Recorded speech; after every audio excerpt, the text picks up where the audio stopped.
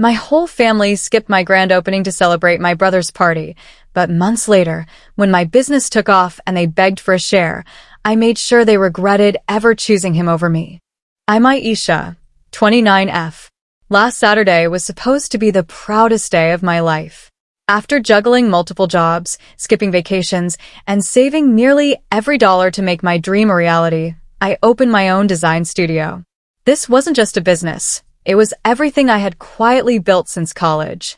When I signed the lease for a cute downtown storefront, I cried, not from fear, but from pride. Naturally, I sent out fancy invitations to my family weeks in advance, printed on the same nice paper we used for client samples. I even reserved a table just for them, complete with catered food and name tags. But not one of them bothered to show up. Not my mom, not my dad, and not even my younger sister, who had texted the night before saying, "So proud of you. Can't wait to see the place." Instead, I ended up spending most of the day smiling at strangers who wandered in while I anxiously checked my phone, hoping someone would let me know they were on their way. But it was eerily quiet until a family group chat photo popped up at 4:13 p.m. housewarming success. Congrats, Josh. There they were, every single one of them, sipping wine on my brother's new lawn, looking like they were filming a commercial for a happy family. Not a word about my big day. Not even a word from Asari.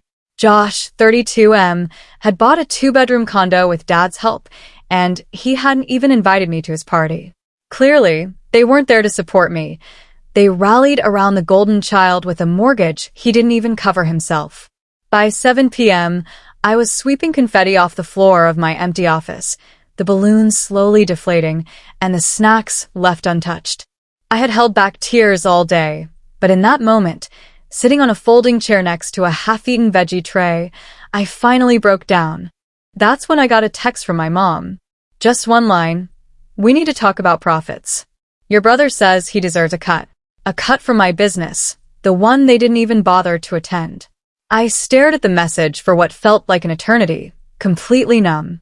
Then I flipped my phone face down and sat there in silence, wondering what one even says to that. After reading my mom's message about profits and Josh's entitlement, I didn't scream or cry. I sat there in the office I built all on my own, surrounded by unopened gifts and those untouched cupcakes. It hit me, I was finally done. Done with being the one who always has to be polite, the one who's understanding the daughter waiting for them to finally come around. With a deep breath, I picked up my phone, opened the family group chat, and typed something I knew would stir the pot. I saw the photo they shared. I hoped that wine tasted good.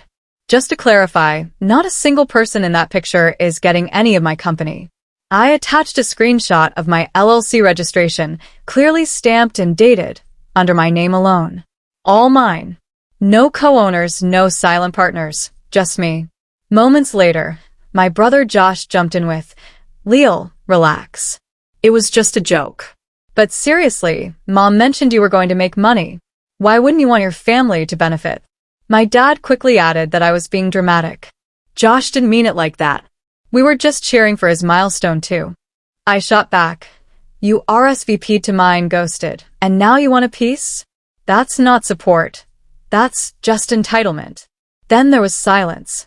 Emily, my cousin, finally spoke up, the only family member who texted ahead to say she couldn't make it because of work. She said, "Y'all didn't show up for her grand opening and now you want to cut? Unreal." The chat went totally quiet for 3 minutes.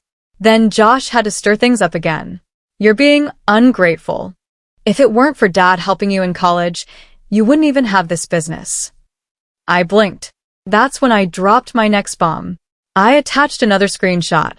My student loan payoff statement. Dad didn't help. I paid for my degree and kept track of the interest. I added, since we're sharing receipts, I could also show the Venmo history of every time Josh borrowed money from me and never paid it back. That split the group chat right down the middle. My aunt tried to mediate, saying we should keep our dirty laundry out of it. But it was too late. Josh left the chat, and soon after, Dad followed him. Mom then texted me privately, "You embarrassed your brother. Apologize." I replied, "Apologize for not giving him money after you all skipped the biggest day of my life?" She came back with, Family comes first. Don't let success change you. I didn't bother replying. Instead, I turned off my phone, locked up the office, and headed home, exhausted, but feeling lighter. That night, I finally slept better than I had in months. I thought I had hit peak drama, exposing lies, sharing receipts, leaving chaos in the family group chat. Josh was fuming, my mom still guilt-tripping me in private, and I was ready to focus back on my business. 4 days later, I got an email from Josh with a subject line, "Request for family compensation." I almost laughed out loud, but that came to a halt when I opened it.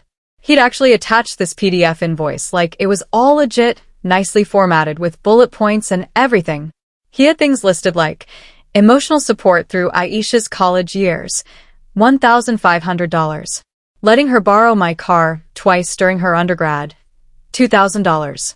Helping move furniture into her first apartment, $750.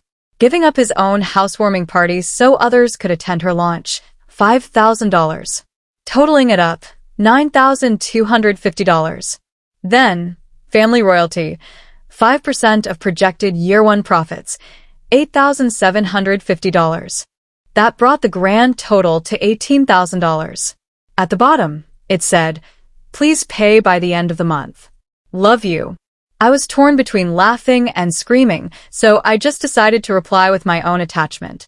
I forwarded him a contract he signed back in 2021, a personal loan agreement for $6,000 I'd lent him to cover his car repairs and credit card debt. It was all signed and witnessed by Emily, clearly stating it was due upon request with 5% monthly interest starting January 2022. He hadn't paid me a dime. So, I sent that back along with a quick message. "Glad you mentioned money.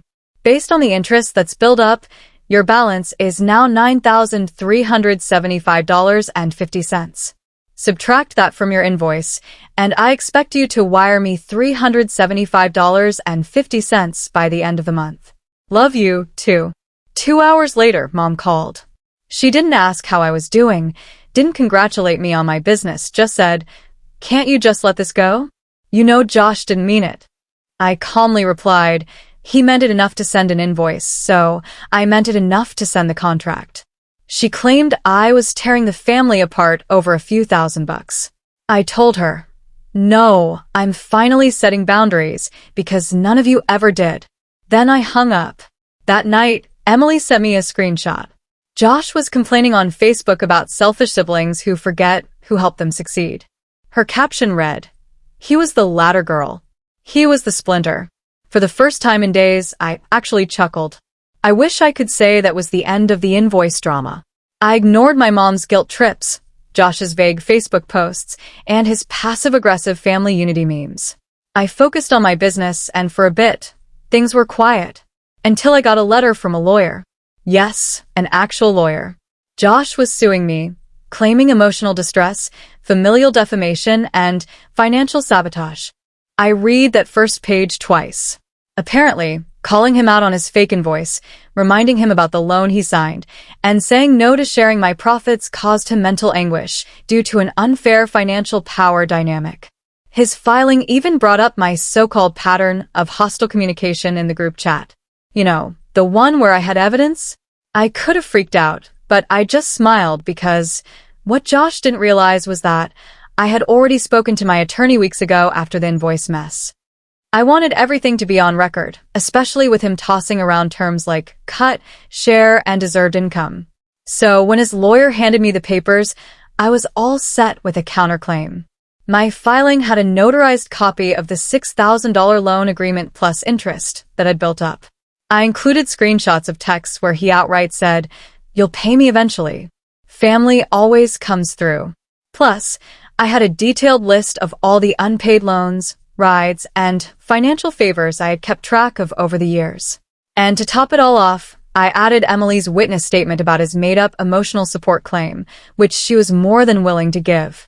When court day came, there was no dramatic TV trial, just small claims, no jury, yet the tension in that room could have cracked glass. Josh showed up in a blazer with a tag, still hanging off the collar.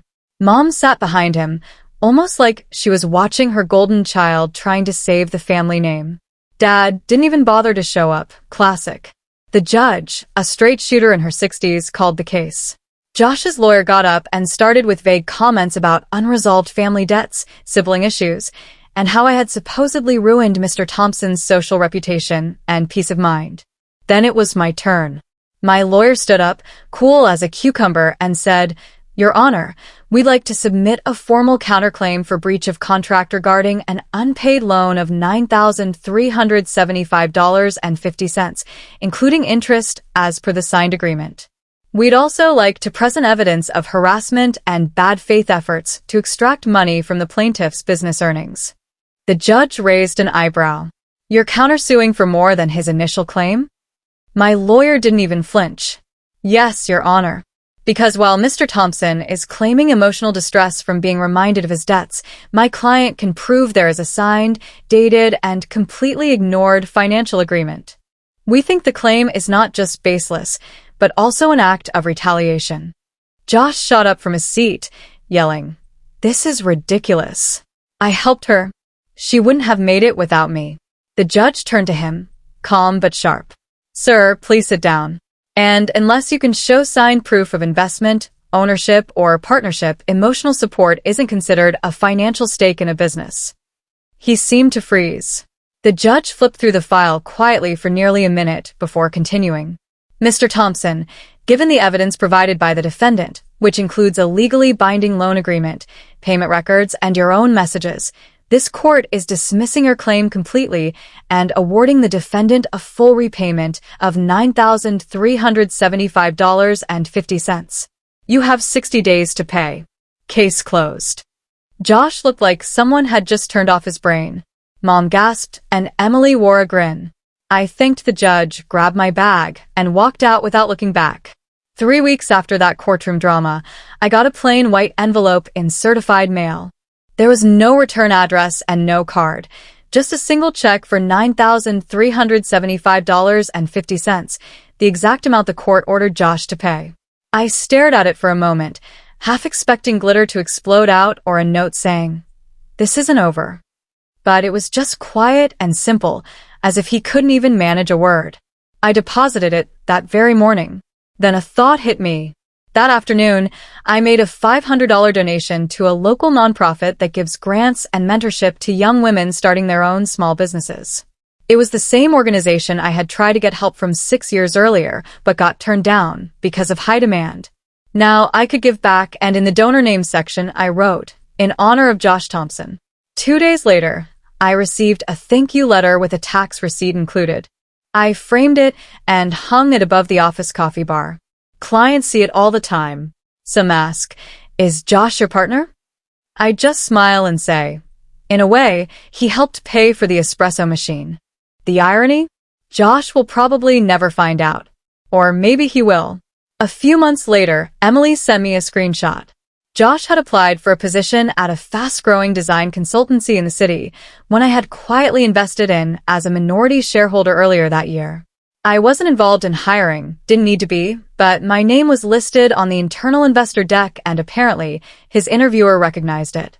Emily's text read, "He asked if it was you. They said yes. She's one of our early funders." He left mid-interview. I didn't reply right away. I just took a long sip from my espresso and glanced at that framed receipt again. Isn't it funny how things come full circle?